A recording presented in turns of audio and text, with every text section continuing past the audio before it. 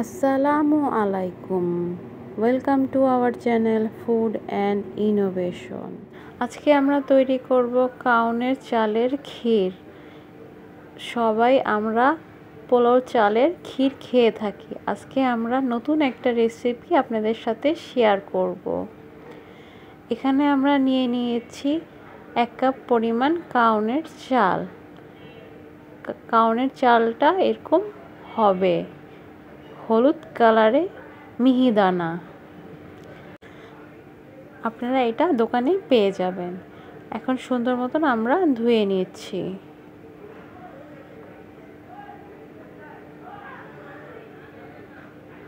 আমাদের ধোয়া হয়ে গেছে, এখন আমরা সিদ্ধ করে নিব। চুলায় দিয়ে সুন্দর মতন আমরা এটা সিদ্ধ করে নিব। বলক চলে আসছে, এখন আবার আমরা একটু নেড়ে দিচ্ছি। যেভাবে আমরা পোলাও চাল সিদ্ধ করে ক্ষীর রান্না করি, সেম একই ওয়েতে আমরা কাউনের চালটাও সিদ্ধ করে নিব।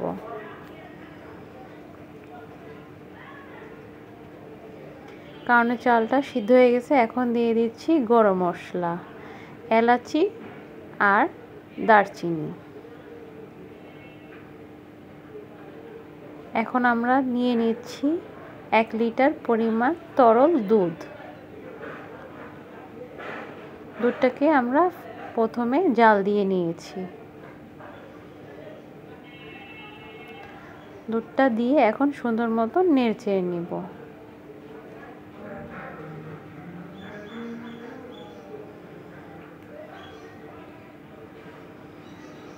বলক চলে আসা পর্যন্ত ওয়েট করব। এখন দিয়ে দিচ্ছি কিছু পরিমাণের কিশমিশ।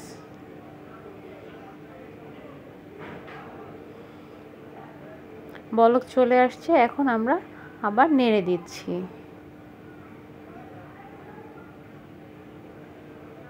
এই পর্যায়ে আমরা দিয়ে দিচ্ছি কাঠবাদাম কুচি।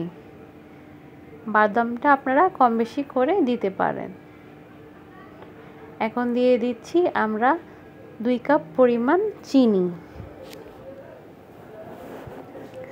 মিষ্টিটা যে যেরকম পছন্দ করে ওইভাবে দিবে। এখন সুন্দর মতন আমরা নেড়ে চেড়ে নিব, একদম ঘন করে নিব।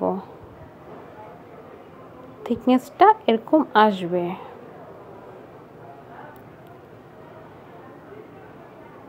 এই টাইমটাতে অনেক সাবধানে নাড়তে হবে, নিচে যেন না লেগে যায়।